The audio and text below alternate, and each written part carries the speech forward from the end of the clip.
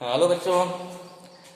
मैं ऐसा करता हूँ कि आप लोग कल की पढ़ाई पूरा कर लिए होंगे, ठीक है ना। हम लोग इसे कल पढ़ रहे थे कोई पोटेंशियल सरफेस, या पिछले वीडियो में देखा हमने। तो हम लोग क्या पढ़े देखेंगे कि इक्वी पोटेंशियल सरफेस की क्या क्या प्रॉपर्टीज होती है, ठीक है ना। तो इसमें क्या कवर करते हैं कि what are the properties of equipotential surface. Okay, तो नेक्स्ट पॉइंट हमारा क्या है, नेक्स्ट पॉइंट लिखो equipotential properties of, next हो गया आपका प्रॉपर्टीज ऑफ इक्विपोटेंशियल सरफेस की क्या क्या प्रॉपर्टीज हैं। This very important. आपने देखा पिछले में क्या होगा कि पीछे देखा आपने कि what are the types of या various type of equipotential surface. तो जो हमने फिगर में देखा, फिगर एनसीईआरटी में गिवन है, हमने यहाँ बनाया भी, दिखाया भी, पिछले वीडियो में दिखाया। तो उसको क्या है, हमें देखना है कि उसकी कौन कौन सी प्रॉपर्टी है, उसी बेस पे करना है, ठीक है। पहली प्रॉपर्टी क्या देखिए, हमने क्या बताया था, जो उसकी डिफिनीशन है मीन्स क्या है कि at the equipotential surface if any charge particle move from one point to another point, then what happen, then there is no amount of work done. This means what is the first property, when a charge particle move from one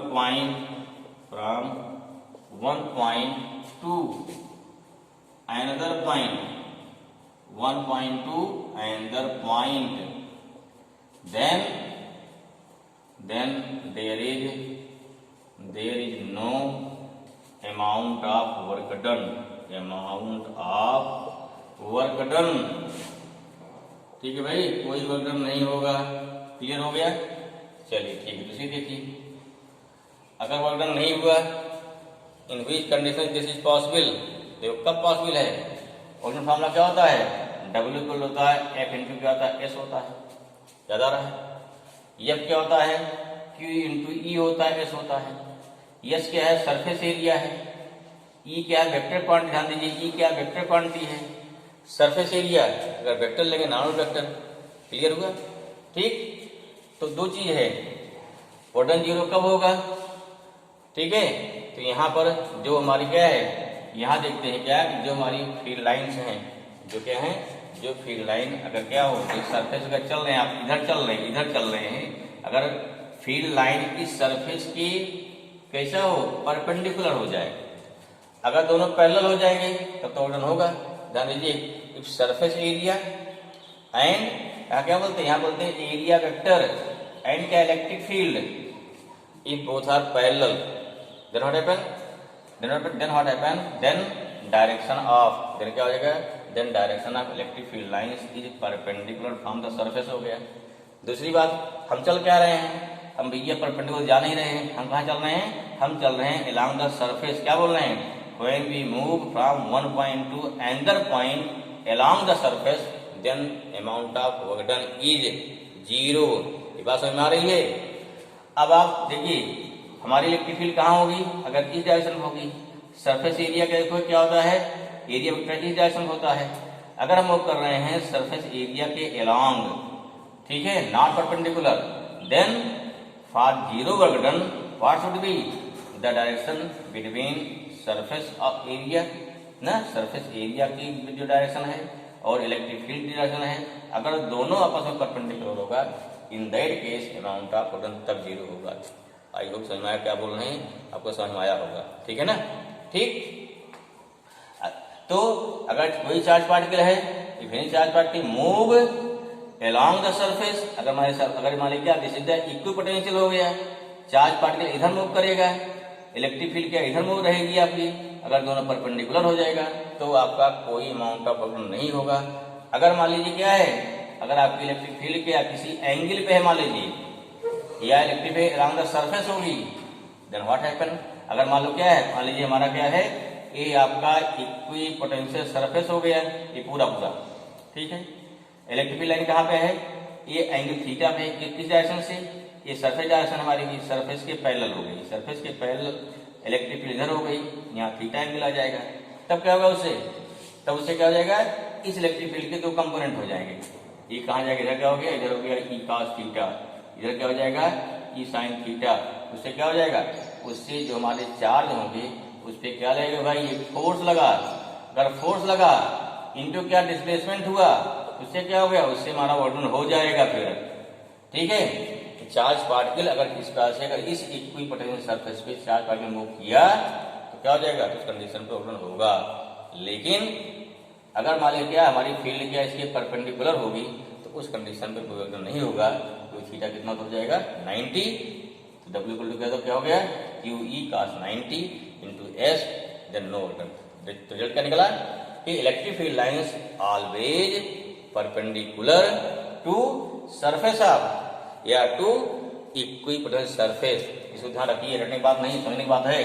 लिखिए next क्या हो गया, electric field lines, electric field lines are always perpendicular, always perpendicular to equipotential surface, equipotential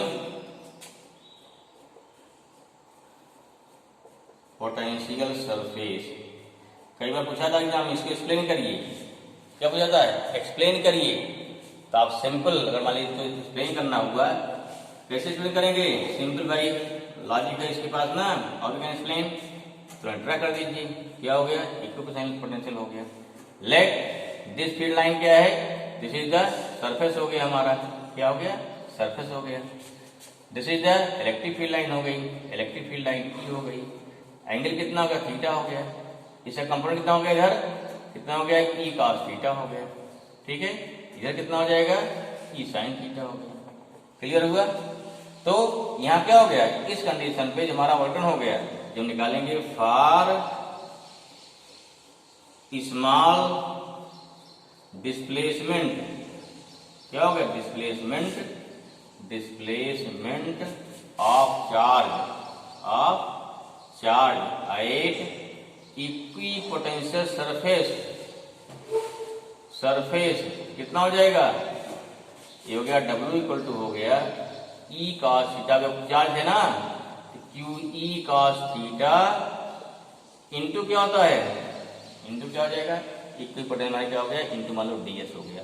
कितना displace किया आपने, DS का displace कर दिया आपने।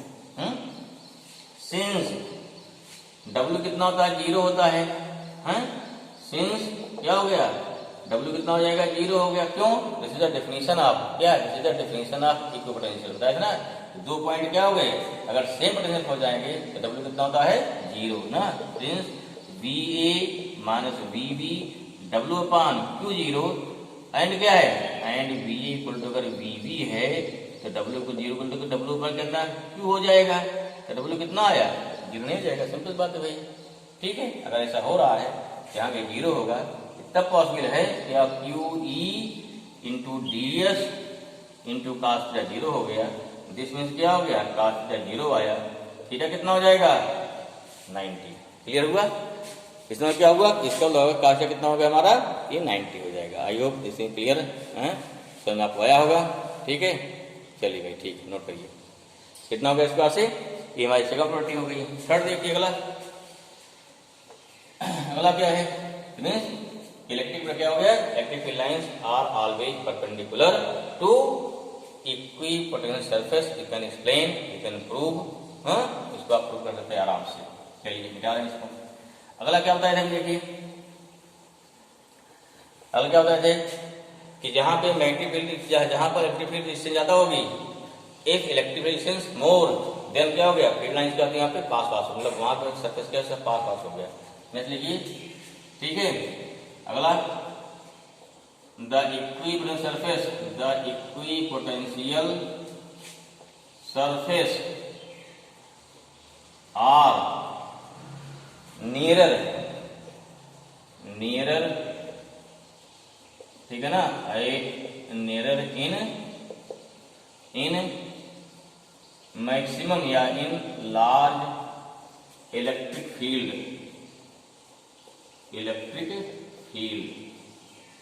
स्ट्रेंथ, ठीक है ना, लार्ज इलेक्ट्रिक फील्ड स्ट्रेंथ, ठीक। इसमें क्या हुआ, अगर इक्विवेलेंट सरफेस पास पास हैं, क्या सो करते हैं, वहां फील्ड स्ट्रेंथ ज्यादा होगा। दिस मीन्स क्या हो गया, द पोजीशन ऑफ, क्या सो किया, this means the position of equipotential surface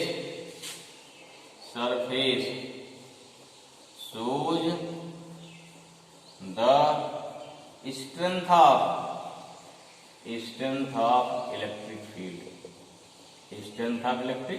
clear. तो ये हमारा क्या हो गया, ये आपका एक पूरा थ्योरी हो गई। इसमें क्या मिल गया, इसमें मिल गया कुछ इसकी प्रॉपर्टी क्या है, कैसे कैसे क्या होता है, ठीक है ना। तो इस बार हम फाइंड कर लेंगे। आई होप समझ में आएगा आपको, ठीक। चलिए भाई, तो समझ आया। नेक्स्ट देखो, थोड़ा और देखते हैं कि एक जो हमारा कोई कंडक्टर है, कंडक्टर की प्रॉपर्टी क्या होती है इलेक्ट्रिक फील्ड के अंदर, ठीक है ना। नोट करिए फटाफट। नेक्स्ट, ठीक, प्रॉपर्टी ऑफ कंडक्टर। अगले जो है properties of conductor inside electric field, या इसे क्या बोलते हैं, और इसी बोलते हैं इलेक्ट्रोस्टैटिक्स ऑफ कंडक्टर। क्या बोलते हैं, देखो इसे बोलते हैं इलेक्ट्रोस्टैटिक्स ऑफ कंडक्टर। क्या बोलेंगे, इलेक्ट्रोस्टैटिक्स ऑफ कंडक्टर, ठीक है। मैंने कौन कौन सी प्रॉपर्टी है एग्जाम पूछा था, आपको पूरे याद होनी चाहिए। पहला क्या होता है, नंबर 1 क्या होता है, नंबर 1 फर्स्ट प्रॉपर्टी बता दें, कंडक्टर के अंदर कोई भी इलेक्ट्रिक फील्ड नहीं होती है ना। मैंने क्या हो गया, inside a conductor, first property क्या हो गई, फर्स्ट प्रॉपर्टी हो गई कि इनसाइड ए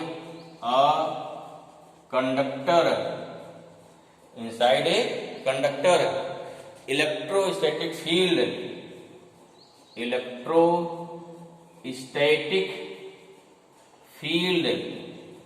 इज कितना होता है, 0।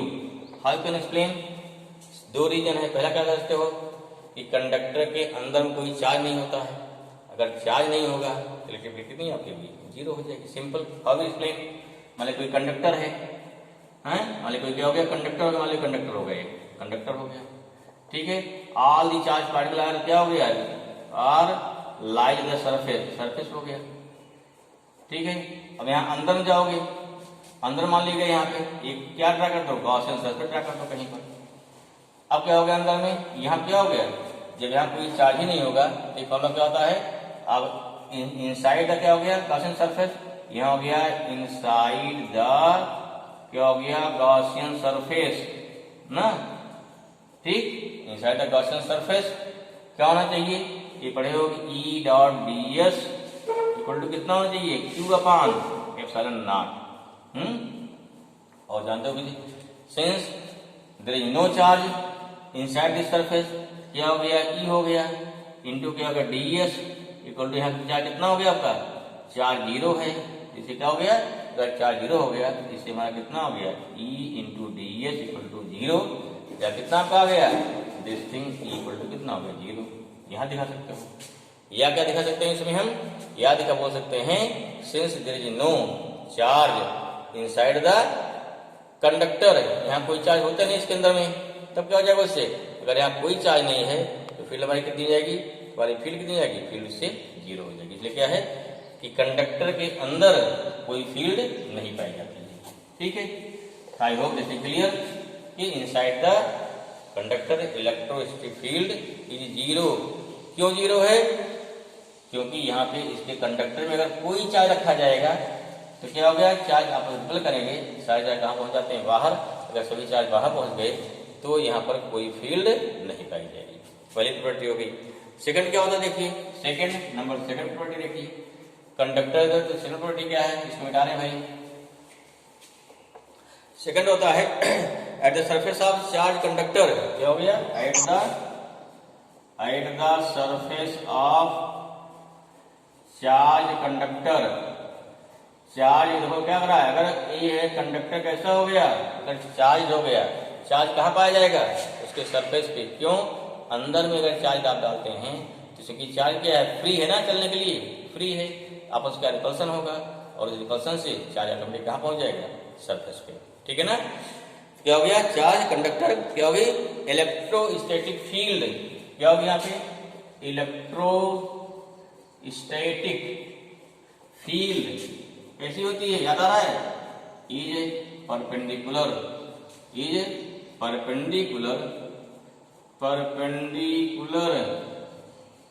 टू क्या हो गया, to surface of conductor, surface of क्या हो गया, is perpendicular to surface of conductor. ठीक है, क्या हो गया, conductor at every point, at each point, क्या हो गया, एट एवरी पॉइंट, आज से एट ईच पॉइंट। ठीक है ना।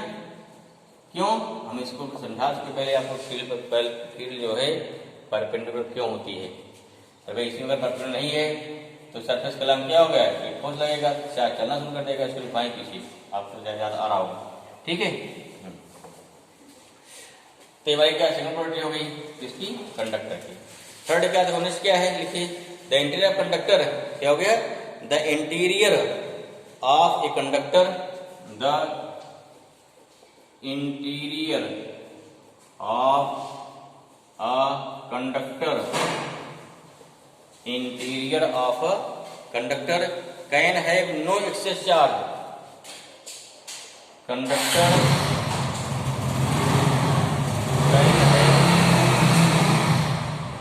No excess charge, can have no excess charge in the static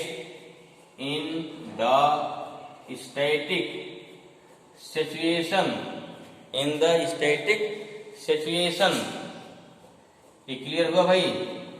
अगर कोई कंडक्टर है, आप जानते हो, मान ले लिया, मान सॉलिड लो, सपोज क्या सॉलिड स्फीयर है, यहाँ क्या हो गया, अगर अंदर चार्ज डाल दिया, सारे चीज चार्ज कैसे हैं, they can move, free move कर सकते हैं, कहाँ भागेंगे, बाहर भागेंगे ना, रिपेल करेंगे, या कहाँ पहुंचेंगे, पहुंचेंगे सरफेस पे, फिर आपको फोर्स लगेगा इसमें, तो रिपल्सन से क्या हो गया, सभी यूनिफॉर्मली इसको डिस्ट्रीब्यूट हो जाएंगे, तो अंदर कोई चार्ज नहीं पाया जाता है। ये भी हमारी क्या है, प्रॉपर्टी हो गई। चलिए आएगा समझना, अगला देखो नेक्स्ट इलेक्ट्रिक पोटेंशियल, बच्चों क्या है, electrostatic potential, static potential inside the conductor, inside the conductor is same at each point, her point पर इलेक्ट्रिक पोटेंशियल क्या होता है, हमारा सेम होता है। कई बार से पूछा भी जाता है कैसे, ठीक है, इसको देखते बताते हैं, पहले तो नोट करिए प्रॉपर्टी, फिर बताएं कैसे इसको क्वेश्चन लिखवा देंगे, इस पे प्रूव करने का आता है। ठीक है, चलिए अगला पॉइंट क्या है जो प्रॉपर्टी कंडक्टर की, नेक्स्ट है electric field at the surface of, अगला पॉइंट क्या है, electric field at the surface of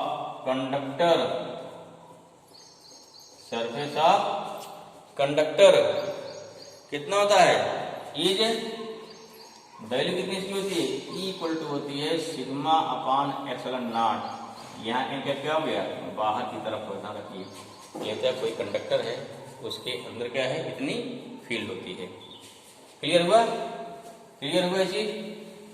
चलिए पांचवा हो गया, ठीक, एक प्रॉपर्टी और वैल्यू लीजिए नेक्स्ट। ठीक है, क्या होता है यहाँ पे कि कंडक्टर के अंदर कोई इलेक्ट्रिक फील्ड नहीं होती है ना। नेक्स्ट क्या है, छठा, हाँ, there is no electric field inside the conductor or electric field lines are not enter inside the conductor, you can see means क्या हो गया, next है electric field lines are not enter inside the conductor, ठीक है। This property known है, this property is known as electrostatic shielding। One point पूछा था electrostatic shielding, ठीक है ना।